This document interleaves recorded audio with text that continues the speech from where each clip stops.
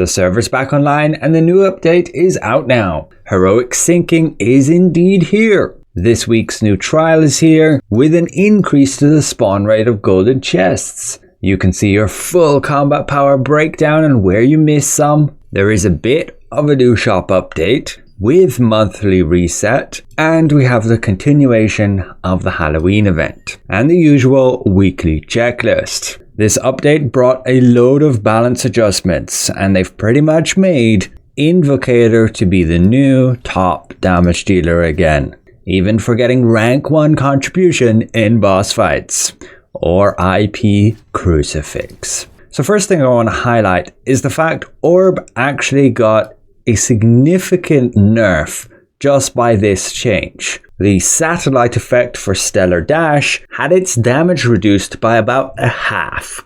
And this is pretty massive because it usually dealt the normal Stellar Dash damage. As you see in this test, they're exactly equal. But now they've changed it down to 140% plus 53.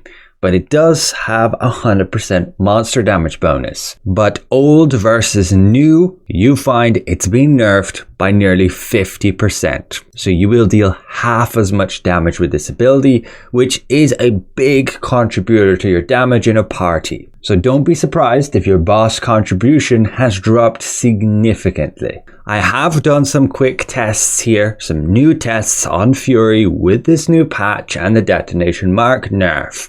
And we find we've definitely lost quite a bit of damage. My average time to kill a dummy is nearly 30 seconds now versus just 21. Some of you may think that's crazy amounts of damage, but compared to the other top classes, this is pretty much in line with them. You can see my test data here for Fury, again, just initial tests, and with the detonation mark change.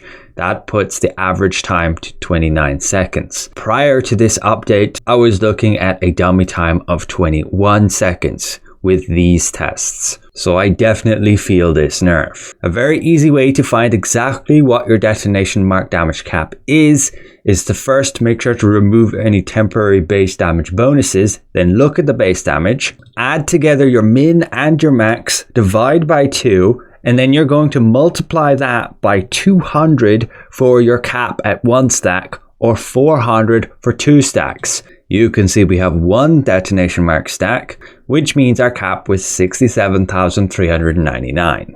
It will be double that if we get 2 stacks of detonation mark. But this means, yes, we have lost a significant amount of damage for any crossbow build who relies on detonation mark to give that contribution in damage. I need to go and test Mortal Mark, but this caps out at supposedly 20% of base damage at 2 stacks, which would mean only 10,000% of base damage and not 50,000. As for some reason, that's how the math works out to be. Personally, it doesn't make a lot of sense that 40% is affecting that 50,000%. And that's why we multiply by 200 or 400 if you have 1 or 2 stacks. Ultimately, it's very likely the staff will return back to the meta, with Invocator being the top damage dealer again. I missed the earlier field bosses, but here's an example. This doesn't entirely prove that Invocator will be the top, but it at least shows Crucifix will no longer be dominating those top ranks. Keep in mind, Curse Explosion is still most likely bugged, meaning it will deal half its normal damage against those field bosses, which also makes Fury pretty much useless in those field bosses. You will still not get any field contribution because your damage solely revolves around that Curse Explosion. Hopefully the devs can at some point fix this sooner than later, but do note those Curse Explosions work just fine against arch bosses, so you can compete there with contribution. And ideally you would have somebody attacking the target who uses the Tevent Orb effect, causing your curses to last way longer, resulting in your curse explosions to be a lot more powerful, which then does boost both Fury but also Invocator, which makes use of wand curses as well. And combine that with the staff buffs, yeah, it's very likely Invocator is back at the top. But getting into the rest of the details of this update, we can indeed confirm they did add heroic sync here. You should be able to add another heroic item in these slots and have it at max level. Again, it follows the exact same syncing rules. You have to have that heroic piece at max level 12 in order to actually place within those sync slots. So you first need to get the Chaos Prisms to upgrade them. But it also means if you did upgrade multiple weapons by using growth stones on them, all those growth stones that you put in the second weapon are wasted, because now you should simply be able to put the second weapon adjacent to your first one, and then it will be level 12. The Korean players are not happy about this either, especially due to the fact they just released the heroic pass before coming out with the sync, and they could have warned us that they were actually planning on coming out with the sync system well in advance before implementing it. But they decided not to. And so they say they will take this responsibility seriously and strive to provide faster and more transparent information regarding future system changes. And their development team is currently preparing support measures for players who already completed unique equipment enhancements, basically upgrading multiple of the same item type, like multiple weapons. And hopefully us and Global get this compensation too. If we don't, make sure to go and demand it, because it just feels really bad. They didn't give us any forewarning and they just came out with that heroic pass. And if you listen to Tico, in the interviews with us content creators, he clearly stated that they had no plans for heroic syncing. Of course, those plans have since changed, as we see evidently now, but they easily could have given us a few weeks forewarning, and at least at the time when they released the heroic pass. Personally, I'm unaffected. I have one piece on max level 12 per slot, so I'm sorted. I don't need any more Chaos Prisms unless I want to upgrade a different armor piece or a different accessory. I need time to figure out which weapon I want to go with next, so I won't decide right now. Maybe I'll go with staff, but that won't work with my heroic wand. But if Invocator really does come meta, I can always extract my skill core and craft the Tevent wand again using the skill core as you see here. But it would mean having to trade this thing out. Keep in mind, battlegrounds ranked mode is here. You can check the schedule. It will vary depending what region you're in. But be aware, you can just get matches which are 18 versus 18 if it can't fill quick enough. For some reason, they're returning Island of Terror again as a trial. We had this as, I believe, the very first trial with the tier 3 update and the new trial change. There are plenty of other dungeons they could have had here instead. But yes, this is a super easy one to do. You even now have a chance to get the golden chest spawn at tier 1, but only 1% chance. You're still better off doing at least tier 6, throwing in 3 more modifiers, and you should have a 19% chance for a gold chest now at tier 6.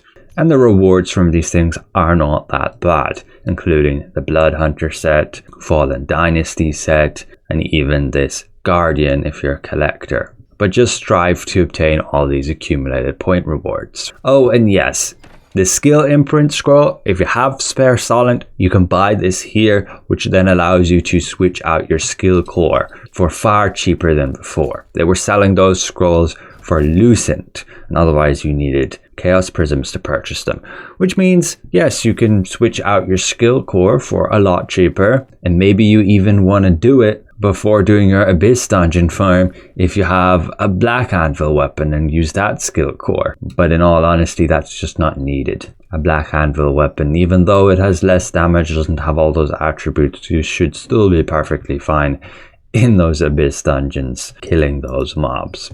Again, there were multiple other skill changes, like Staff got a bunch of buffs here on these skills. Really not sure why. Staff is already a very powerful weapon. Orb got those pretty big nerfs as we mentioned earlier, and combine that with the detonation mark nerf, you should really be feeling quite a bit of a damage loss on Crucifix. You'll be able to confirm on field bosses with contribution at the very least, and otherwise potentially aggro in dungeons if you're not running with a tank. But yeah, Invocator probably pops up again as near enough the highest damage dealer.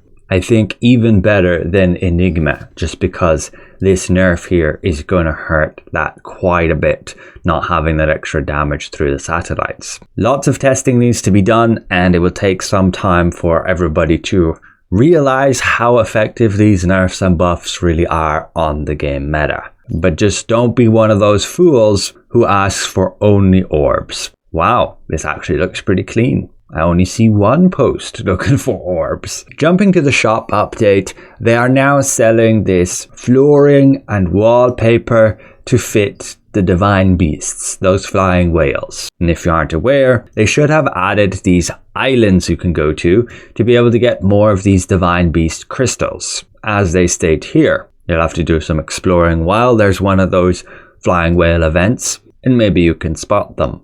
And using those crystals, if you're into housing, you can create some really cool lamps and beds, as you can see here, as per the themes of those two whales. Just unfortunate, you gotta pay a lot of lucent if you want that flooring and wallpaper to match. You can see they have this last chance tag on all these bundles, because yes, it's the last week of Halloween.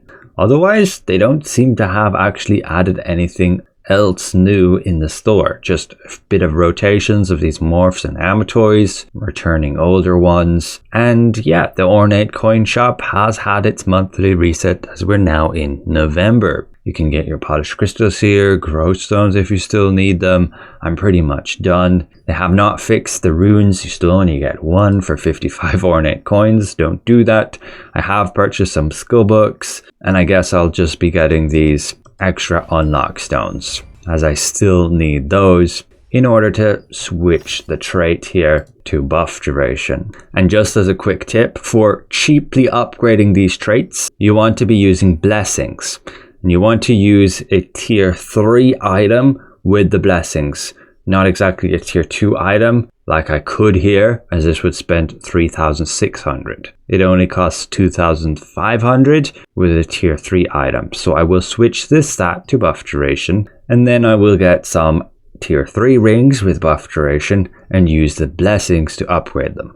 And in order to get the blessings, you want to have some trash stat here, like I did with fear chance, and just go and purchase and obtain all these cheaper fear chance traits and just feed them in, giving the blessings whenever they fail to upgrade. And in order to unlock that cheap trait, well, maybe you drop it with that cheap trait like I did, or you just purchase it, and it's usually not overly expensive. Like I could go with silence or stun, and then you can use those as just the blessing stacking trait. And that's what I did already to get my skill damage boost up, and now I'll be able to do it with my buff duration.